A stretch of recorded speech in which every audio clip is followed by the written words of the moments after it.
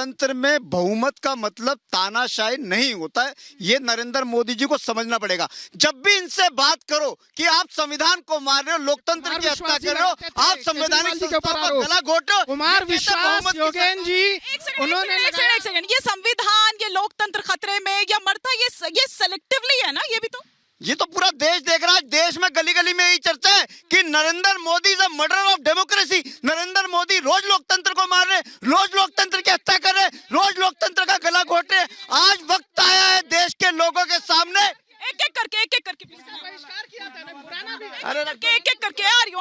एक सेकंड, चारू जी से काउंटर लूंगी। ये बाइक हटा लो या तो नहीं, तरीका आपके ठीक है, एक एक करके बोलेंगे, एक एक करके। नहीं, एक एक करके, एक करके कूद के वहां जाना पड़ेगा।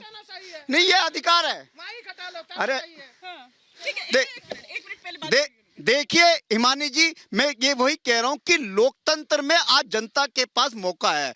10 सालों से इस देश की जनता को नरेंद्र मोदी ने, अभी आपने कहा कि इलेक्शन कमीशन ने बोला झूठ बोलना अपराध माना जाएगा, झूठ बोलना इलेक्शन कमीशन का कोड ऑफ कंडक्ट माना जाएगा। मोदी जी तो 10 साल से लगातार झूठी बोल रहे, तो झूठ की फैक्ट्री चलाते, सुबह से शाम तक मोदी जी झूठ बोलते हैं। मोदी जी के डीएनए में झूठ है, सारी भारतीय जनता पार्टी वालों के डीएनए में झूठ है। अरे इन्होंने कहा था 2014 में, मैंने नहीं कहा था कि हम आएंगे महंगाई कम कर देंगे, हम आएंगे बेरोजगारी दूर कर देंगे। देखिए एक एक कर जवाब तो ले लूं मैं उसमें, जवाब एक एक करके अच्छा अभी तक आपकी बात कंप्लीट नहीं हुई। 1 मिनट चारू जी से जवाब ले लेती हूँ। आ रही हूँ। लोकतंत्र की बात करते हैं, छोड़िए उनको। अच्छा वो कह रहे हैं एक सवाल और सुन लीजिए, एक सवाल और मैं मोदी जी के वायदे याद दिला रहा हूँ, मेरे वायदे नहीं है। 2014 में देश के लोगों से मोदी जी ने कहा था कि मैं आऊंगा महंगाई कम करूंगा, मैं आऊंगा महिलाओं पे अत्याचार खत्म होंगे, मैं आऊंगा बेरोजगारी कम करूंगा, मैं आऊंगा भ्रष्टाचार बंद करूंगा, मैं आऊंगा किसानों को एमएसपी मिलेगी, मैं आऊंगा स्वामीनाथन कमीशन की रिपोर्ट लागू। अब देखिए ये तानाशाही हो रही है, माइक ही नहीं छोड़ रहे, माइक ही नहीं छोड़ रहे। नहीं देखिए आपके पास में खुद माइक लेकर आ रही हूँ, दुष्यंत जी नहीं आपके पास में खुद माइक लेकर आ रही हूँ। ठीक है चारू जी नहीं, लेकिन सर वादे तो आपने भी बहुत सारे किए थे, ठीक है एक एक करके। हाँ ठीक है, जवाब देना ठीक है, आ रही हूँ सर, आ रही हूँ एक एक करके। अरे सर एक एक करके, कोई बात नहीं। हाँ अब मैं बोलती हूँ। धन्यवाद चिल्लाना रुकवाने के लिए। कहते हैं झूठ बोलना अलाउड नहीं है, खासकर वो लोग जो संवैधानिक पद पर है। इनके जो नेता है ना, 2 दिन पहले प्रेस कॉन्फ्रेंस ली है सीए के बारे में।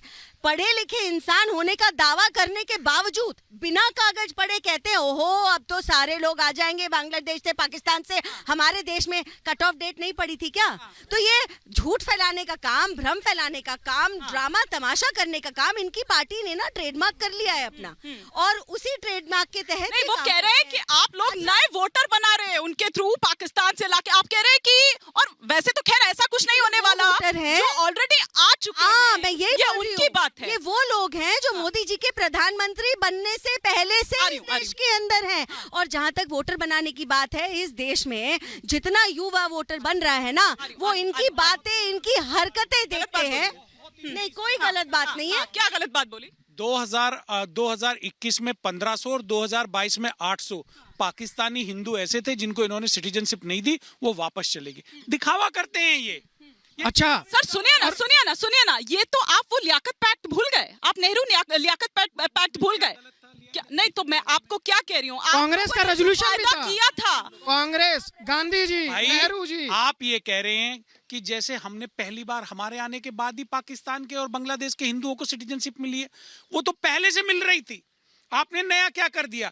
आपने तो 2021 और 22 में, जैसा मैंने बताया, 1500 प्लस 800 2300 हिंदुओं को रिजेक्ट कर दिया। आपत्ति क्या है? सिर्फ रोहिंग्या से प्यार। देखिए आप यहाँ हिंदुओं, देखिए एक बात समझिए आप, अगर आपकी मोहब्बत जो है रोहिंग्या से दिखाई देगी, जो झुग्गी झोपड़ी में रहने वाले लोग हैं उनको आप बलात्कारी कह रहे हैं। देखिए जिस प्रकार से अभी कह रहे थे मेरे भाई की भ्रष्टाचार पर मोदी जी ने काम नहीं किया, भ्रष्टाचार पर काम नहीं किया तो मनीष सिसोदिया क्यों जेल के अंदर है? आपके 2 मंत्री जेल में किस प्रकार से?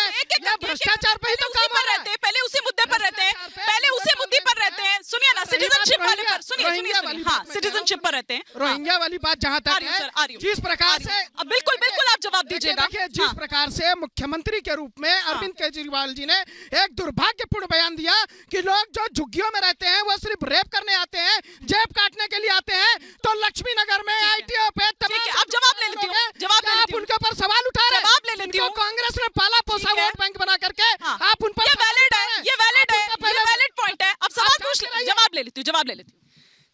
जो मुख्यमंत्री जी ने बोला सीए को लेके, उसका जवाब अमित शाह साहब भी नहीं दे पाए। मुख्यमंत्री जी ने क्या बोला था कि सिटीजनशिप अमेंडमेंट एक्ट जो है ये ठीक आप चुनाव से पहले क्यों लाए, जब 2019 में ये पास हो गया था 24 में आपको लाने की जरूरत क्या पड़ी। इसका मतलब मोदी सरकार पूरे चुनाव को कम्युनल एजेंडे की तरफ लेके जाना चाहती है। दूसरे सीएम साहब ने कहा कि सिटीजनशिप अमेंडमेंट एक्ट के बाद जो 3 से 4 करोड़ जो पाकिस्तान, अफगानिस्तान और बांग्लादेश में जो माइनॉरिटीज रह रहे हैं उनके लिए अच्छा, ये आपका सिर्फ पाकिस्तान पे इतना फोकस क्यों है?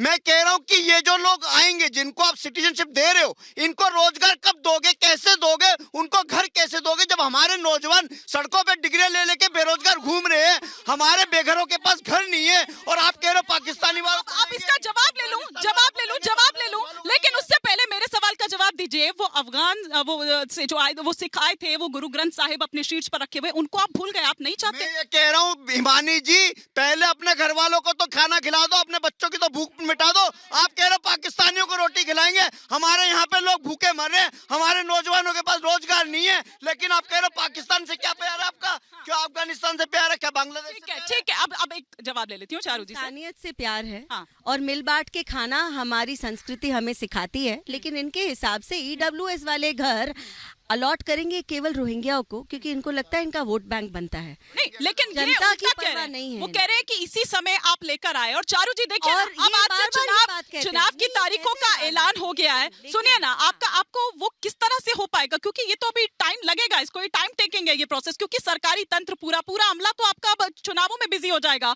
उनको कहाँ से मिलेगा इस पर काम करने के लिए? सीए को लागू करना हमारी सरकार की प्राथमिकता रही है, और हमारे गृह मंत्री ने 2019 में स्पष्ट कह दिया था कि 24 के चुनाव से पहले ये लागू हो जाएगा। एक और वादा है, एक और गारंटी है जो मोदी सरकार ने पूरी करी है, इससे तो फुदक रहे हैं। ठीक है, अब मैं आ जाती हूँ। एक मिनट, दुष्यंत जी नाराज हो जाएंगे, दुष्यंत जी नाराज हो जाए।